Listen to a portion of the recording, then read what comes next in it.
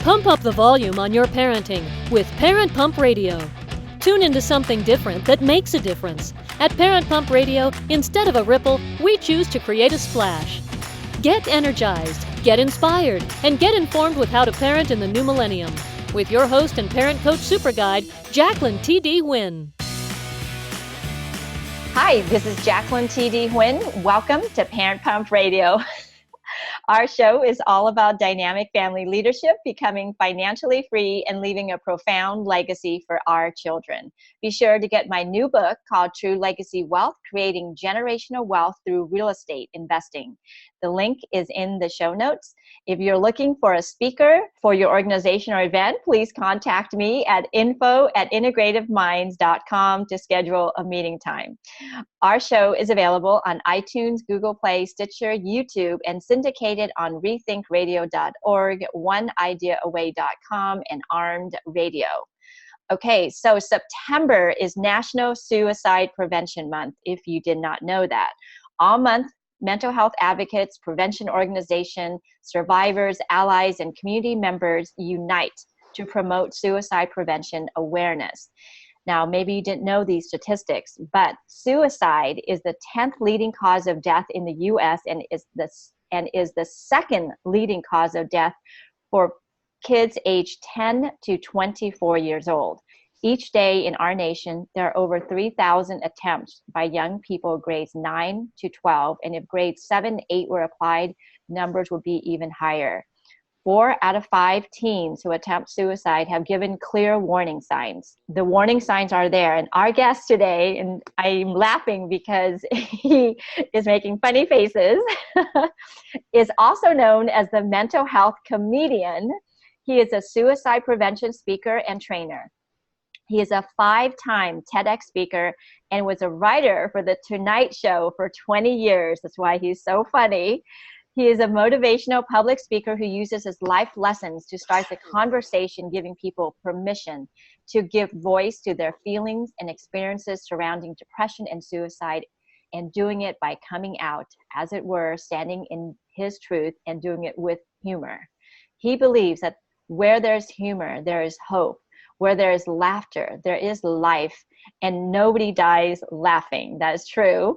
And the right person at the right time with the right information can save a life. So ladies and gentlemen, I'd like to introduce you to Frank King. Hi, Frank.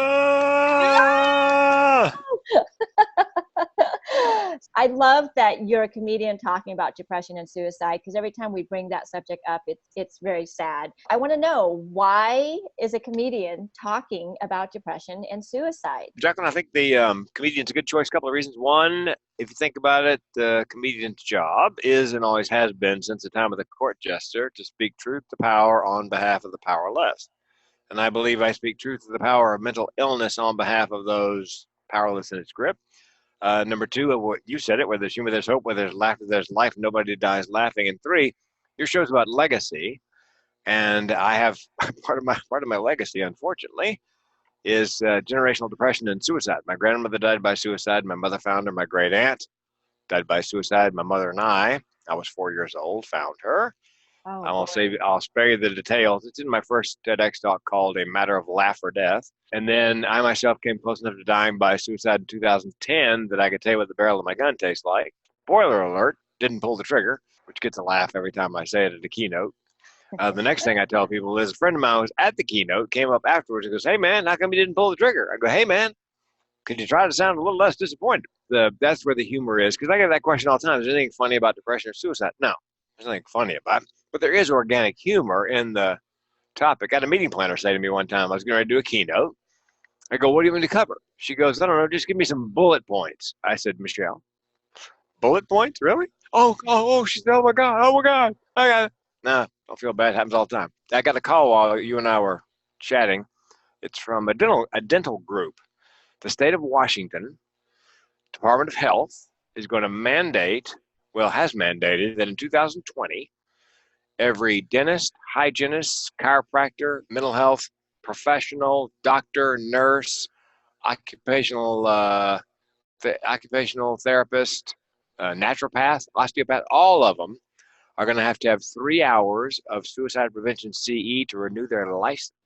Wow, that's great. Yeah, so I got a call from this periodontist office, and they had gone to the Dental Speakers Bureau website to find a speaker to talk about suicide prevention. And they landed on my page, and they're like, oh my God, you're a comedian and you do a 3-hour CE? Oh, Lord, anything but having, who else have a clinician for that kind of time? I'll probably do an hour and a half to 3 hours for them in Issaquah. They'll bring in the hygienists, the dentists. So it makes it more easily digestible. It certainly makes it more entertaining, especially for 3 hours. And of course, I have my personal experience, my lived experience, they call it. So, but most often they will say, we wanted somebody to speak on mental health with some takeaways, some learning objectives. But then we saw you are a comedian, so we wanted it to be a little lighter, and that's why I get booked most often. Is the comedy's got the icing on the cake. Yeah. Who wants to talk about 3 hours of it? Death, dying, suicide, morbidity, mortality. No. The rate is climbing. So yeah. I think if you didn't attempt it, someone that either attempted or they succeeded. And I'm one of those people where my sister, we talked about this offline, my sister committed suicide 15 years ago. And it was a week after her boyfriend committed suicide. My family and I had to go through and live that. And it was depression for him too that started all this spiraling downward. Depression is normally the number one cause of death by suicide. By the way, starting the conversation, that became the theme of my first TEDx, because it turns out 8 out of 10 people who are considering suicide are ambivalent. And 90% of people who are considering suicide, they give you direct or indirect hints in the week leading up to the attempt. People want to be interrupted. People want you to ask, hey, are you having thoughts of suicide? Flat out, just like that. So because 8 out of 10 people would probably say yes. 2 out of 10, which I fell into that category. I wasn't going to tell anybody. But 2 out of 10 are, they're going to die regardless. But yeah. When I did my first TEDx talk, right before I did my first TEDx talk, if you don't mind a cruise ship story, because I do comedy on cruise ships as well. Yeah.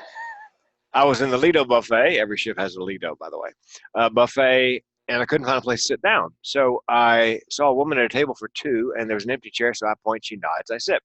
She looks up, she goes, hey, are you the comedian? I go, hey, did you enjoy the comedy show? She goes, I did. I said, then I'm the comedian.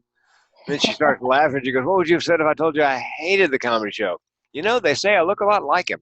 She said, is cruise comedy all you do? People always ask. They just assume if you're a cruise comic, that's what you do. I said, no, about 12 weeks a year. The rest of the time I'm a public speaker. And I said, oh, listen, I got to brag to somebody. I just nailed down my first TED Talk. She goes, I love the TED Talks. What's the topic? Well, Jacqueline, I'd had this conversation many times as I was preparing for my talk. And I thought I knew it was coming. So I said to her, depression and suicide, and started to count down in my head. 3, 2, 1, boom. She goes, I tried to kill myself twice. We just met. It's almost as if she's waiting for permission to give voice. To talk about it. First time she did it in college, not very serious. Second time, she graduated college. She graduated medical school. She had the knowledge. She had the equipment. She said, Frank, I had the IV started in my ankle. Wow. Suicide cocktail in one hand, a syringe in the other, and the phone rings. Now, do you pick it up? That's always the question. Well, she thought I'd better because it might be somebody who would worry, come over, interrupt. Picks it up, 13-year-old son. She said, I don't know if you heard something in my voice or had a premonition, but he said, Mom, don't do anything. So I didn't, she said. I didn't give up on the idea of suicide, but I decided not to do it that day because I knew he would always feel guilty. Wasn't there something he could say or do? Which there are things you could say, things you could do. I said, how old is he now? 21. I said, did you know his phone call saved your life? She goes, no. How do you start that conversation? And that became the theme of my first TEDx, start the conversation. It's hard for people to talk about it because they don't know what your reaction would be. And I used to hide not telling people what happened to my sister because it made people so uncomfortable. And then for the people that would come up after I did the talk, it was almost as if we were friends for so long. We bonded. Connection to me. No, it happens all the time. People, once they realize you have had an experience, either as a survivor or an attempt, again, it cracks open that conversation because they feel it's okay to talk to you about it. Yeah. So now you say that you've gone down this dark journey. How has comedy helped you? It helps me in my career. I always wanted to make a difference. I was making a living for a long time doing stand-up, but I always wanted to be a speaker. But I figured I couldn't. What do I have to teach or tell anybody? I don't really, motivational speaker, there's lots of them. And I feel, and if you're going to do a TEDx, the TEDx committees feel Yeah. that it should be something you're passionate about. That should be the number one item, because Yeah.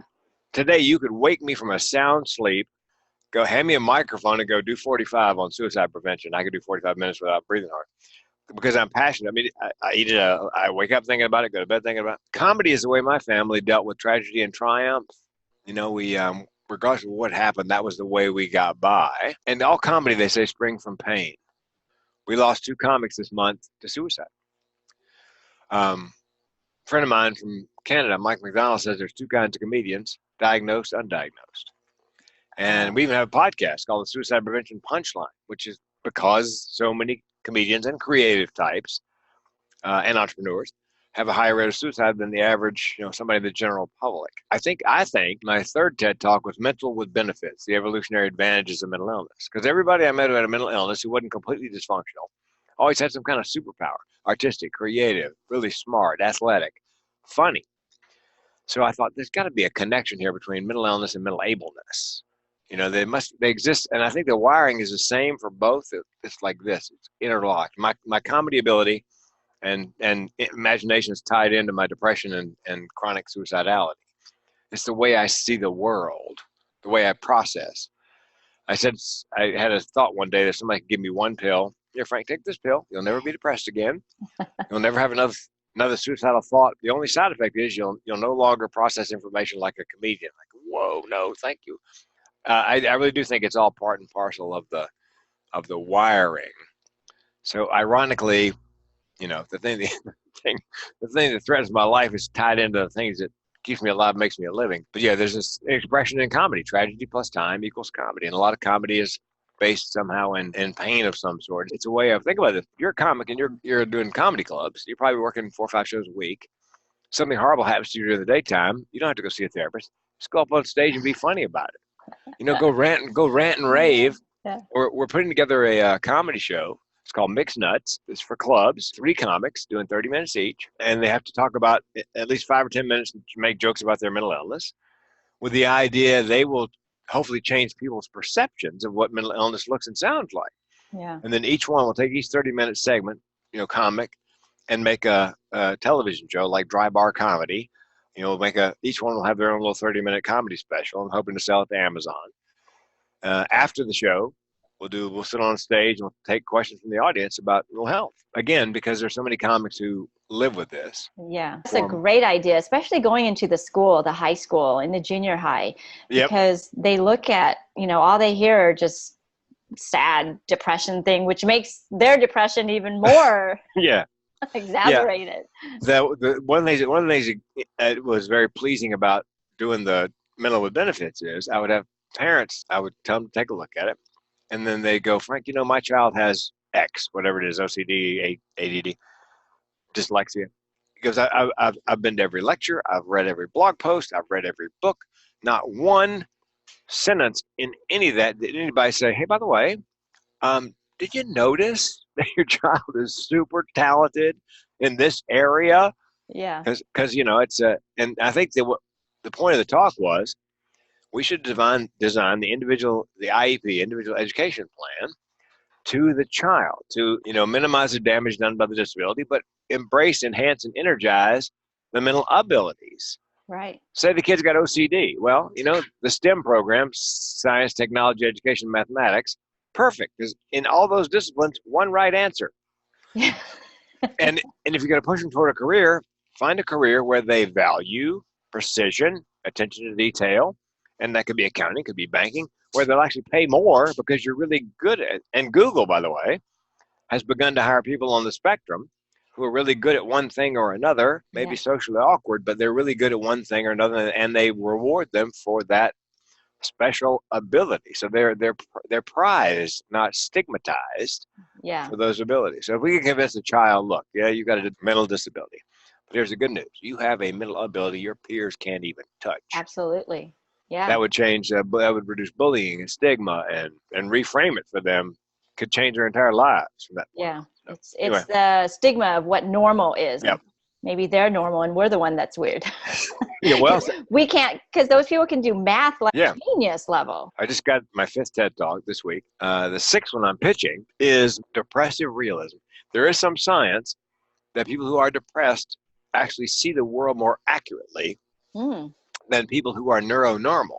In other words, they see it as it actually is, and the neuronormal, the pink tinted or rose tinted glasses, that may actually be a thing where they're seeing it like they wish it were. And they did an experiment where they gave the neuronormal and the depressed person a task and no instructions. Here's task, go.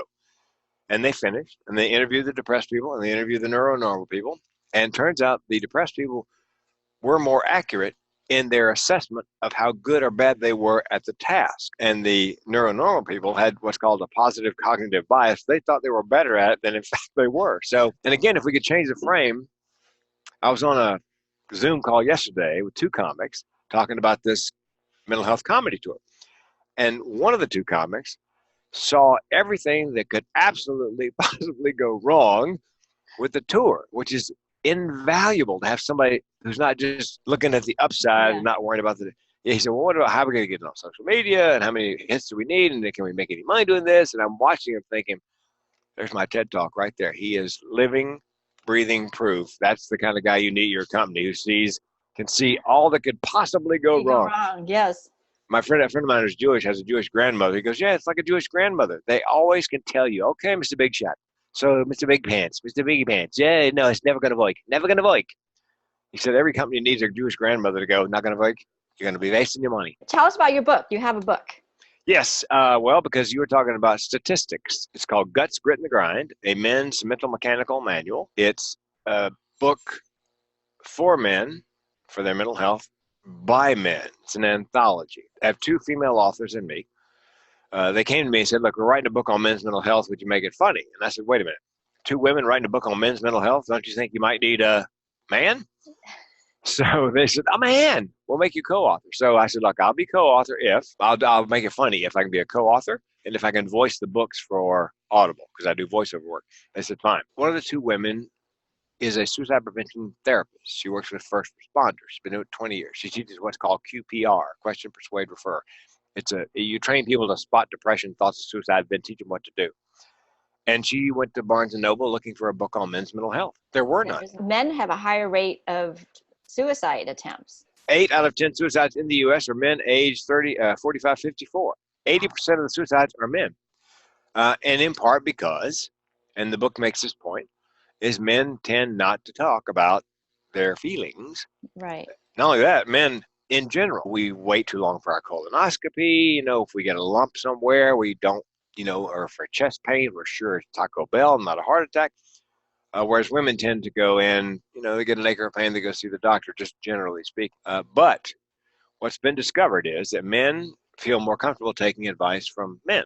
So we gathered 40 guys, each with a story, bankruptcy, drug addiction, alcohol addiction, divorce, horrible accident, and each one tells a story, and it's 1,500 words. First 500 words, everything's good. Second 500, midstream, things are going bad. And last 500 words, downstream, here's how I'm coping. And so around that, we wrapped clinical information, resources, exercises, advice, so that a guy picks it up, thumps at the index, sees his problem, flips open to that story, and reads about another guy who is dealing with it successfully. Not cured, but doing it successfully. We think, Jacqueline, that it will be women who buy the book. Yeah, for their men. A dad, a brother, a husband, whatever, and then they go through the book and they find out. Because what happened was, Sarah Gare, his name, the therapist, we did a survey. We asked women what they thought men's problems, and then we asked men what their problem. Both lists had some similar items, but not anywhere near in the same order. Women thought money was the top, and for men, money was like 3rd or 4th in terms of their problems. Then we asked women, well, what kind of help do you think men would like with their problems? And they made a list. And then we asked men, what kind of help would you need? Would you like? And they made a list, and they were completely different. Wow. What the women thought they should be doing to help the man was not what the men thought they would accept as help. So that was the genesis of the book. And I got to admit, as a man, I'm guilty. If my wife gave me a great idea, no matter how great it was, like a Nobel Prize winning idea, I would poo-poo it. If the mailman told me the same thing, I'm on my way to pick up the Nobel Prize. Just the way men are wired. Oh, and here's something else they discovered in Australia. They have something called the Shed Project, SHED, Shed. That's a garage in Australia. They discovered if men are not looking at each other in the eye, if they're like under the hood of a car, working on a car together in a shed, they can talk about anything. But you can't put them in a Starbucks face to face. Love, I'm just emotionally spent. Not going to happen. So they give them projects: woodworking, metalworking, working on cars, going fishing, facing opposite directions. At the end of a boat, as long as they're not looking at each other, they can talk about all kinds of things. Yeah, road trips. Yeah, road trip, car. As long as you're looking forward and he's looking forward, you can talk about whatever. So anyway, that was the idea behind the book. Besides the fact that 8 out of 10 suicides in the U.S. are men, and we're an endangered species. It's that was the genesis of the book, and it was going to be one book. Now it's 4. Oh my goodness! Well, so much clinical information, advice, resources. We decided to divide into 4 200-page books instead of an 800-page tome. So anyway, it should be out. First one should be out this month. It should be out shortly here in September. And of course, it's Suicide Awareness Month. And what's the website? I know you have a website for the book. Yes, it's www.guts, G-U-T-S, grit, G-R-I-T, grind, G-R-I-N-D, gutsgritgrind.com. Okay, I'll put that in the show notes. Yep, and if you go to the homepage and scroll down all the ways, there's an MP3 of the forward, and I'm voicing the forward by the gentleman who founded QPR, that protocol to teach gatekeepers how to spot depression and suicide. Okay. And he echoes the reason for this book and why now and why it's so important, because there's nothing like it, and men, need help. Yeah. I mean, I think that's why the life expectancy of men is less than women, That's right. Mainly probably because of this. Yeah. Well, they get a lump of their testicle, like I said, or they don't get their prostate checked, and they keep all their emotion inside, because that's the sign of weakness. If you cry, if you talk about it, or if you show signs that you can't handle it. And speaking of rates of suicide, the United States Air Force decided they have had a record number of suicides this year in the Air Force alone, like 78. Wow.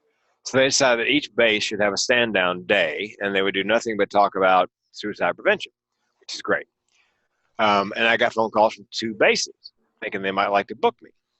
And the problem is, and I just wrote a blog post on this, their program is called, it's all about resilience, being resilient, teaching resilience. And I said in my blog post, look, resilience is not the issue. My mentally ill friends, people who are depressed and suicidal, are the most resilient people I know. Because neuronormal people don't know how much courage and strength it takes to get out of the bed in the morning, paste on a smile, and walk through the world like nothing is wrong, so you don't burden anybody else with your trouble. So I don't think resilience is they don't understand that for every mentally ill person, it's like being Sisyphus, that character from Greek mythology that had to roll the rock up a hill as punishment every day. And when he got near the top of the hill with the rock would roll back down the hill, so he never quite got there. Being mentally ill, I believe, is like being Sisyphus. Every morning you wake up, there's a rock in the hill. Some days the rock is small and the hill is not so steep. Some days the rock is a boulder and the hill is Kilimanjaro. But every day with a mental illness, there's a rock in the hill, and you got to roll it up the hill. And I don't think, neuronormal people grasp what it takes some days to not just pull the covers over your head and binge watch Netflix, which I would love to do more often than not. Yeah. But so what do you think we do need then if it's not resilient? Well, you need it. It's because it's not a matter of strength. Matter of fact, one of the Air Force commanders, one of the bases, said that dying by suicide was a chicken poop. He didn't say poop thing to do. Which again that's the 2019 version of pull yourself up by your bootstraps. Yeah. What you need to do is you need to construct a safe care plan. You need to, I believe in not just a pharmacological solution, but a holistic. Find a therapist with whom you're copacetic. I add exercise, meditation, and medication. Also, social circle. I've got people around me. The guy I work out with at the gym I said to him the other day, I'm depressed. And, that can make people nervous. Yeah. And rather than being sympathetic, like I'm sorry, he was empathetic, and he said, well, tell me what that looks like. What's that feel like? And I said, well, do you remember when you're 18 years old and a young man and every other thought you had in your head was about sex? He goes, yeah. He goes, what's your every other thought now? Going back to bed.